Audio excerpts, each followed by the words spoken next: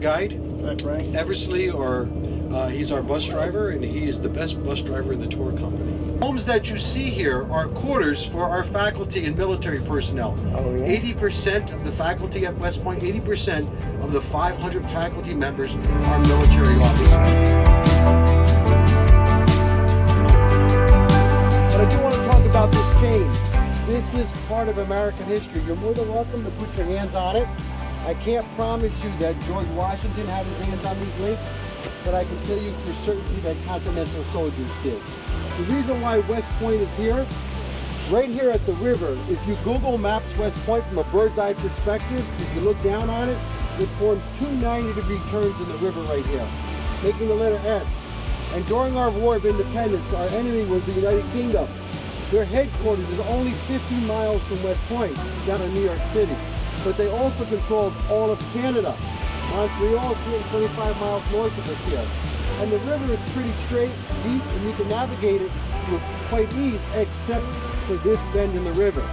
And all of our forts here at West Point are protecting that bend, and this is the centerpiece. This chain, when it was intact, was almost the length of 6 football fields, almost 600 yards. It weighed 65 tons, and in April, 300 soldiers would go into the ice river to put it across, and then in November they pulled the chain back out again before it would freeze back over. Every 100 links or so, these iron bars would be nailed onto wood logs to keep it on that water surface. And it was assembled in 10-link sections. So right where you're standing, man, you can see there's a U-shaped piece of iron bar there. It's called a clevis, with a cotter pin. So then another 10 links, and then another 10 links. When it gets to 100 links, it would have this triangular piece here. These currents on the river are very strong, so their first chain didn't have it, and it broke.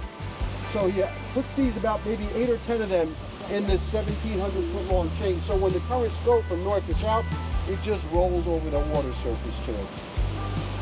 There's 13 links. Why do we have the 13 links? Right, but in total there were 750 links.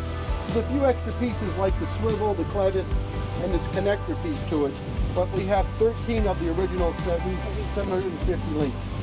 If George Washington was going to pay for this check today, he'd have to write a check for about almost $2 million. Back then it was about $90,000. If you think about that in 1778, that's quite a large chunk of money.